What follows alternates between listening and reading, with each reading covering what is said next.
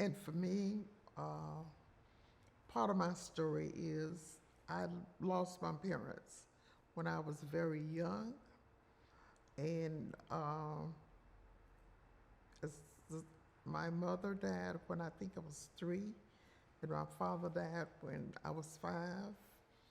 Um, I was kind of lost in a sense because to come up without parents at that age wasn't easy.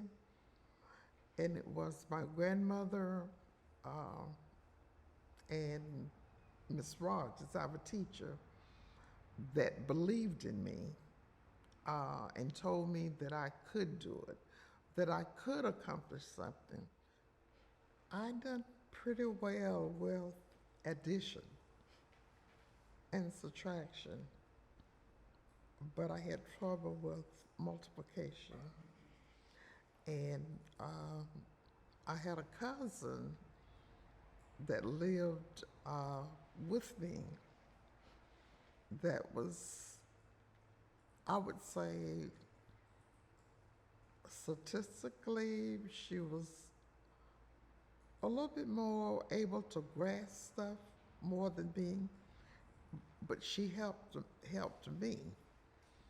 And I can't remember any books particular that we had, but she would uh, give us a paper with our work on it, and we would have to take it home, do it, and bring it back in. And my grandmother raised me, and of course, she wasn't able to help me. So, so I depended a lot on my cousin that was raised with me, along with what my teacher, what the teacher taught. But but I was, when I got to maybe 5th grade, I wasn't here. I went to Little River, and that's where I began to realize within myself that I needed to really stay focused and really start grasping a lot for myself. Multiplication was kind of tough for me, but she would take the time and work with me. Uh, and truthfully, I had low self esteem because of no parents. And she showed me a lot of kindness and a lot of caring. And that helped me because I wanted to get things right because of her. And she was just very good at helping me. And I think she understood the part maybe that to have low self-esteem, I would say it was low self-esteem because I didn't have parents. Uh, and it's so important when to a child when you have a parent there with their hand in your back saying you can do it, you can go ahead, you're going to be all right. But as I stated, my grandmother raised me.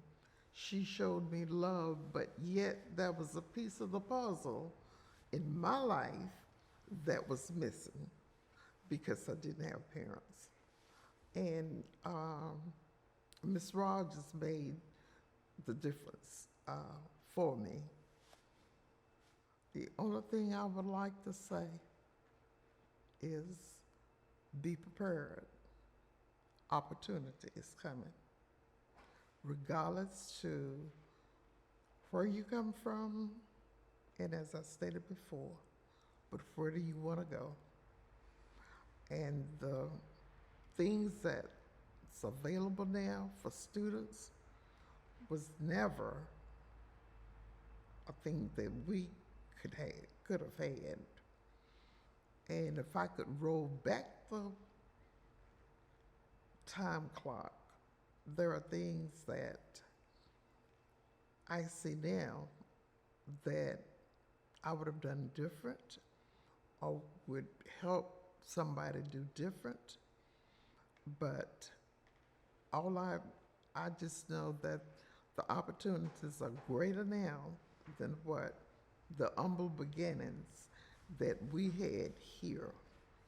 And of course, as Juanita has said, I guess we really didn't know the difference then.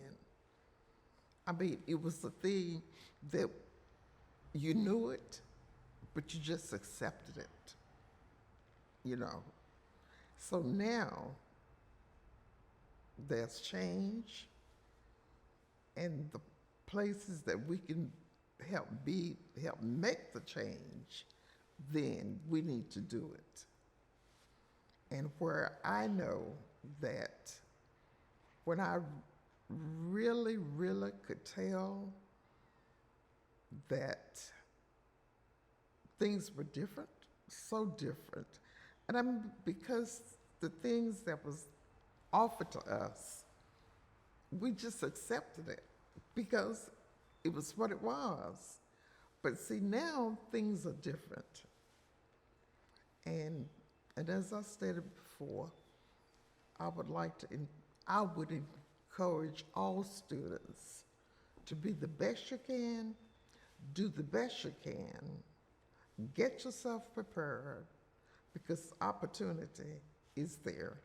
And when I graduated from high school, there were not, if your parents wasn't able to send you to college, you didn't have an opportunity to go. And I didn't have parents, so I didn't have an opportunity to go to college. But I graduated from school, worked, done domestic work, but then the opportunity became available through the educational department of Durham City Schools to be a LPN. So I pursued that, and then I went to Duke and worked. I worked 32 years before I retired. I went back and worked part-time, and if you put all those years together, it equals to about 62 years. And that's in Duke Hospital has really showed me the inequity of color and what happened.